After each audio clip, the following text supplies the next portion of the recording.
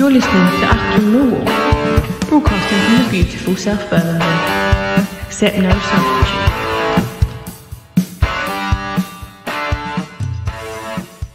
Hello, dear listeners. Let me take you in a time machine, rewind the clock back to the randomly chosen year of 1980, back to the 23rd of February 1980, 42 years ago, dear listeners. It's incredible. It seems like just yesterday. I'm sure it does to anyone born in my era, 1960s. But incredibly, 42 years ago, on the 23rd of February, Millwall played Oxford, a fixture that we won 3-0, 79-80 season, of course, under the management of George Petchey. I must have been at this game. I can't remember it, if I'm going to be absolutely upfront, but thankfully, as a courtesy of the modern internet, you can look up these fixtures. I have a vague memory of one or two other games that season. It was a tough season to be a Millwall fan. We would finish eventually 14th in the third division that season, having actually been top of the table at one point. It was probably the high point of George Petchey's reign as Millwall manager. He came in the very late 70s in the aftermath of Gordon Jago, who left. Many would say largely as a consequence of the awful impact of the Panorama programme. I know you can still see Panorama on YouTube, and it looks it's of its time, let's just say that, dear listeners, but it did leave an indelible scar on the club. Really, the modern day reputation of Millwall as a kind of almost a pariah, to use a current phrase, of the game was established there and then, and it's never truly been shaken off, despite incidents at many other clubs and magnitude way beyond anything that had ever happened at the Den. We became known as the Trouble Club, and that remains so to this day, for better or for worse. But anyway, back to 79-80. This game, Millwall 3, Oxford United 0. Played, as I said, on the 23rd of February 1980 in front of just 4,713 fans, dear listeners. It was a tough season, and we've been relegated the season before, 77-78 we got relegated, so this would be our second season in the third division, if memory serves. And initially signs were good. We were playing at the top of the table, but it all fell away into the classic Millwall maelstrom of ordinariness, and we would actually finish very disappointingly 14th by the end of the season, having topped the table in November. This would be a repeat theme on a couple of other seasons after this. Mill team for this particular fixture, which I do remember well. John Jackson in goal, veteran goalkeeper. I'm going to come back to John Jackson. Back line of Paul Roberts, Tony Tagg in the centre half position, Mel Blythe, who I couldn't bear at the time, probably irrationally so. I think you look for scapegoats for your for your team's failings, and Mel Blythe was my scapegoat of choice. John Sitton, who's achieved fame of sorts in the on the TV and now on social media. Across the middle, Tony Kinsella, one of our youth team products. John Seasman, who was a player that I loved, very, very good striker for the Lions. Was replaced by Phil Coleman in the 63rd minute of this particular game, but Seasman started. Nikki Chatterton, a player I kind of warmed to over time. I think he came from Crystal Palace, Chatterton, didn't he? And I suppose I always held that as a bit of a grudge, a spite grudge. But I did warm up to him. He's a very good servant for the club, and we will come back to some of these names later. Tony Towner, who was a great winger. We've got Tony Towner on the wing. On the wing was the song that the halfway line loved to sing as he ripped down the wings. Good player for us and good servant. Scored twice in this particular fixture. Then up front, a player that I'd forgotten, Bobby Shinton, who I'm going to revisit, and John Lyons, who we have covered in previous shows, and I did a conversation with one of his Southend colleagues, Red Card Roy McDonough, which is well worth seeking out in amongst the annals of Achtung Millwall. John Lyons' life would tragically end when he would take his own life at Southend. But this was a good season for John Lyons. He was a good player, good striker of a free kick, as I remember it. So 3-0 to the Lions over Oxford United. As I said, 4,713 at Coldblow Lane. 2 goals for Tony Towner in the 6th minute and the 61st. And then 1 for John Sitton on the 70th minute. I've got a newspaper report here from the People, Sunday People. So that's dated the 24th of Feb, 1980. Shinton poses problem, says Pat Collins of the Sunday People, or the People, it's just listed as. Mill 3, Oxford 0. Mill face a dual problem. Can they afford the fee that Manchester City would want for on loan Bobby Shinton? And will Shinton want to step down to the 3rd division, is the question. Mill have no doubts as to his worth to them. He was the darling of the fans as he made the 3 goals which crushed Oxford yesterday. Shinton lost £10. They had a £10 bet with delighted manager George Petchy because he failed to score, but others did. But it's the fans who will feel robbed if he does not stay. 2 weeks of his loan period remain. Shinton made the short pass which set off Tony Towner for an early goal, and then he left Towner the simple job of running the ball home for the second. When Shinton was hacked down, John Sitton headed his first league goal from the free kick. So ends the short report. Division 3 football back then only warranted 3 paragraphs in the Sunday papers. That was one of the the hard lessons that you learned when you got relegated, that your coverage in the Sunday papers particularly, which was the main football coverage of the week, of course, but it went down a pan rather. So that was the 3 paras devoted to this win for the Lions. So I've chosen to look at Bobby Shinton, Robert Thomas Shinton, who was on loan to us briefly. He actually signed for us in 1981. 42 years ago, you forget some of these details. 79 to 80 was on loan, then 81 to 83. Played 42 games for us, 7 goals. Darling of this particular fixture. He had quite a career. Lytown, from Walsall, Cambridge, Wrexham, Manchester City, which was the loan. Then us on loan, Newcastle, and then signed for Millwall February 1982, Worcester City, and then Weymouth, and Malvern Town and Stourbridge. The biography says Bobby was a member of the Wrexham side that in 1978 won a Division 3 title, along with John Lyons actually. And that side reached the quarter-finals of the FA Cup and League Cup. They won a Welsh Cup and was named the PFA Team of the Season. He joined Mill on loan but was priced out of a permanent move. Nearly 2 years later he did return, but the goals dried up. I've forgotten he'd returned, listeners, long time ago. And he didn't feature in manager George Graham's plans at the time. Bobby set up a double glazing firm in Worcester after the game, before moving to Cambridgeshire, where he worked as a building merchant, A.R. Aspinall and Sons. So there's a little insight into the hard realities of football back in those times. He was briefly a prospect when he was in his Wrexham and Manchester City days, and then in the end finished up working in a builder's merchants. He's a name that I know, but I can't remember him, can't picture him, so I can't give you an awful lot of colour beyond that point. The early 80s for me were a difficult time. I kind of drifted away from the club slightly, stuff going on in private life. I didn't ever not call myself a Millwall fan, but I probably didn't go as much as I did in the 70s, and then from about the mid-80s onwards. So this was a bit of a dry zone for me. So memories of players at that point are slightly hazy. Maybe only a couple of games a season I went to at that point. So there we are, Bobby Shinton. Another name I have picked out, which was, as I said, was a player that I didn't take to initially, but I did warm up to him in the end, was Nikki Chatterton with his Crystal Palace connections. He joined Millwall in 1978, played a fair chunk of his career at Crystal Palace, but played over 312 games for us, 67 goals. He was quite a servant, in all honesty, Nikki Chatterton, for the Lions. So I always feel a bit guilty that I held that Crystal Palace grudge against him. But he joined us for £100,000 in 1978.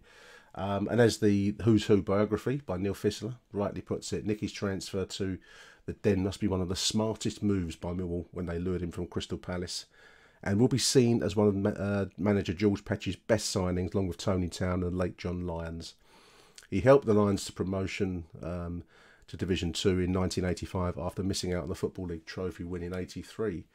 After injury ended his career, he worked in Colchester's commercial department, and then later a duty officer at a leisure centre, before becoming a window fitter and builder in Eastbourne.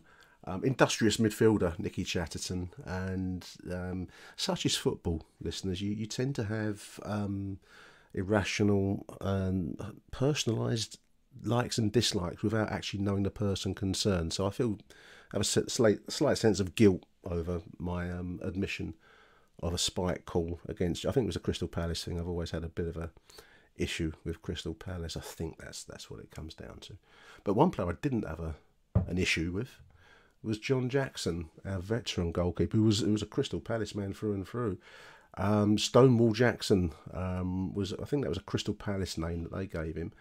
He'd also come from Orient prior to playing 89 games for Lions at the very end of his career, in all honesty. He was born in 1942, so he would have been, nearly 40? 39 when he stopped playing for us. Palace, Orient, California Surf. I'd love to have played for the California Surf. Then Millwall, Ipswich in 1979. He'd must have done like a brief period at Ipswich. I don't remember that. Before seeing out his days at Hereford and then coaching at Brighton. The biography says in his 2 years at the club, John made some excellent displays between the sticks, making vital saves. He was a good goalkeeper. As I say, he was distinctively older, it seemed to me, at that age. Well, he double my age at that point, wasn't he? And he seemed to be distinctly older than many other members of the side. Didn't know he'd been an England B international. He'd also played twice in the Football League, helping Crystal Palace to win promotion. For the Football League.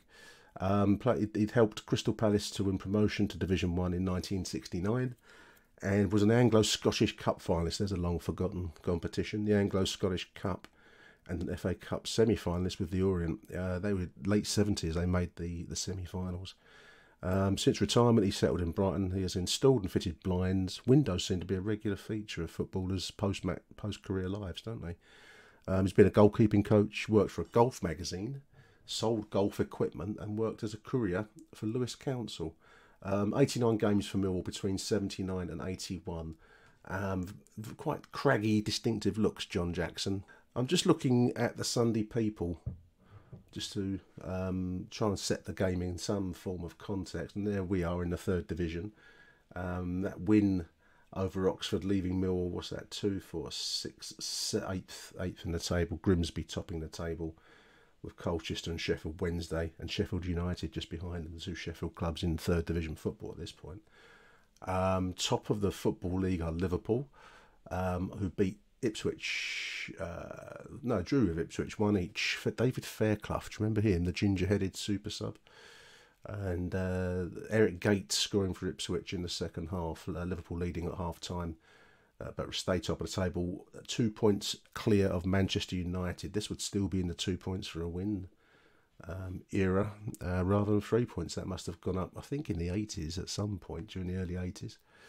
Bottom of the 1st Division of Bolton, who lost 2-0 at Arsenal. Willie Young and Frank Stapleton scoring the goals at Highbury for the Arsenal, beating Bolton. So there's something quite fascinating about old Football League tables. You always look for Millwall, don't you?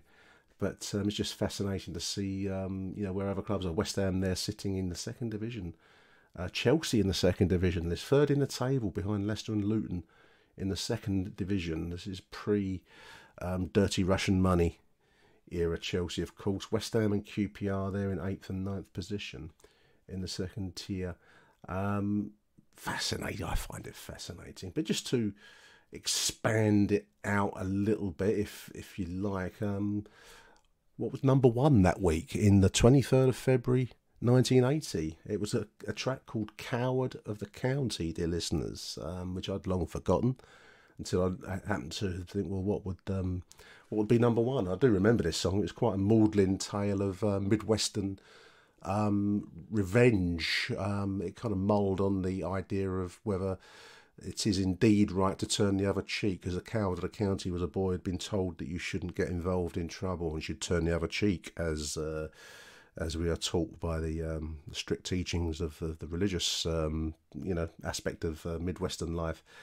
And then, of course, he has to go and put right an incident with his wife at the local bar, and he discovers that a man's got to fight sometimes. So it's quite an interesting, if somewhat maudlin tale of of a philosophical nature by Kenny Rogers, who was always a bit of a mainstay. Did he do The Coward of the County? What was his other one he did? Ruby, Don't Take Your Love to Town, which is another maudlin song about a Vietnam veteran who had been maimed, and his wife had to go to town to seek male company. Number 2, And the Beat Goes On, is a classic song by the Whispers. It was a disco mainstay of that era. I love that song. Atomic by Blondie, fantastic classic. And then Too Much Too Young by the Specials at number 4. And if you really want the 80s in a nutshell, or the 70s going into the 80s, you've got some classics there. I'd even put Coward of the County in the classic zone, wouldn't you, listeners? And the Beat Goes On, Atomic, Too Much Too Young, and then Captain Beaky and Wilfred the Weasel by Captain Beaky, just to let you know exactly where it's at in the 1980s. On the telly, what's on the telly? It's a Sunday, so there's not an awful lot on the telly. It's just 3 channels. You forget, you take the multi-channel era for so much for granted now. BBC One, there's Olympic bobsleighing on at 4 o'clock. Songs of Praise. I used to hate Songs of Praise. David Copperfield. It was The Illusionist, not the Charles Dickens series. On ITV, Family Fortunes with Bob Monkhouse, and Spoils of War. I don't know what that is. Looks like a play of some sort. BBC Two was barely on. It started at 5:15 with some rugby union, and then shut down about 11 o'clock-ish with a play called The Lost Boys. And there we are. That was what was on the telly. Front page of the Sunday People, February the 24th. Splash, splash. Dr. Jeremy is now Dr. Geraldine. This is a story of a sex change doctor. Family Dr. Jeremy Bean has astounded his patients, it says, by dressing as a woman. Bit of cross-dressing, bit of what we'd now call trans issues, I think. This was given the full Splash exclusive, that this ex-racing driver GP astounds his patients by his desire to change sex. And Prince Charles is ambushed at a fox hunt. On the inside page, just to give you the flavour of the different political and social and economic era of the 1980s, this is weird because as I said at the start of the show, it's a long while ago, but somehow seems very familiar and just like yesterday. Union boss lashes Pit's chief. A savage attack was made last night on Philip Weeks, chief of the National Coal Board in South Wales. Massive anti-strike vote of 22,000 to 4,000 by the region's pit workers. Younger listeners probably don't absorb how much power and how much the nation depending on its coal mining industry. South Wales, Yorkshire, Nottinghamshire, Kent even all had a massive coal industry, which all would be decimated and done away with largely. I think only 1 or 2 novelty style coal pits still exist in the country to this day, culminating in the huge epoch-making miners' strike of 1984, if memory serves, and the power of the National Union mine workers at that point, and the nationalised coal industry which powered the country. There we are, just one little story which in its way illuminates the changed nature of our society, for better or for worse, because there was a worse to it, because that was a carbon-based energy source, probably the biggest carbon-based energy source, which is now deemed to be, something that's not seen as good. And just one point, there's a deadly in Kabul, so the Russian military, we're talking about Russia at the moment, aren't we? 42 years later, we're talking about Russian military muscle at this point in Afghanistan, where they'd invaded to take on the local Islamic rebels in Afghanistan, and it's never worked out well for anyone going into Afghanistan, is about all I'm going to say about the matter. And then just on a side note, just as an advert underneath both of those stories for Provident Personal Credit. Now, the Provi, this was like a working class credit system. It very much,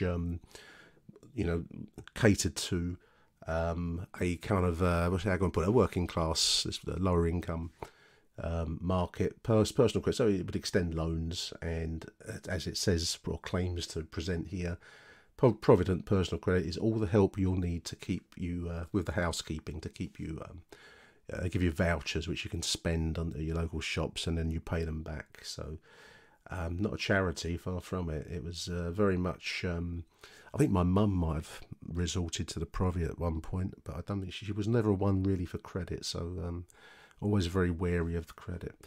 So there we are. That was what was on the telly, that's what was in the charts, that's what's happening in some of the news. In 1980, February the 24th, Millwall would finish this third division season in 14th position. So I'm hoping that you're enjoying these shows. I'm hoping that you enjoy the trying to mix the game with some form of social context at a time. I don't know if that works even. Football doesn't exist in its own unique bubble, does it, dear listeners? But there we are, Millwall 3, Oxford United 0, 23rd of Feb 1980. Thank you for listening to the show, dear listeners, and until the next one, Arrivederci Millwall. Bye for now. Thank you for listening to Achtung Millwall. If you enjoyed the show, please head over to Apple Podcasts and leave us a cheeky little review. Arrivederci Millwall. Till next time. Who do you want to watch?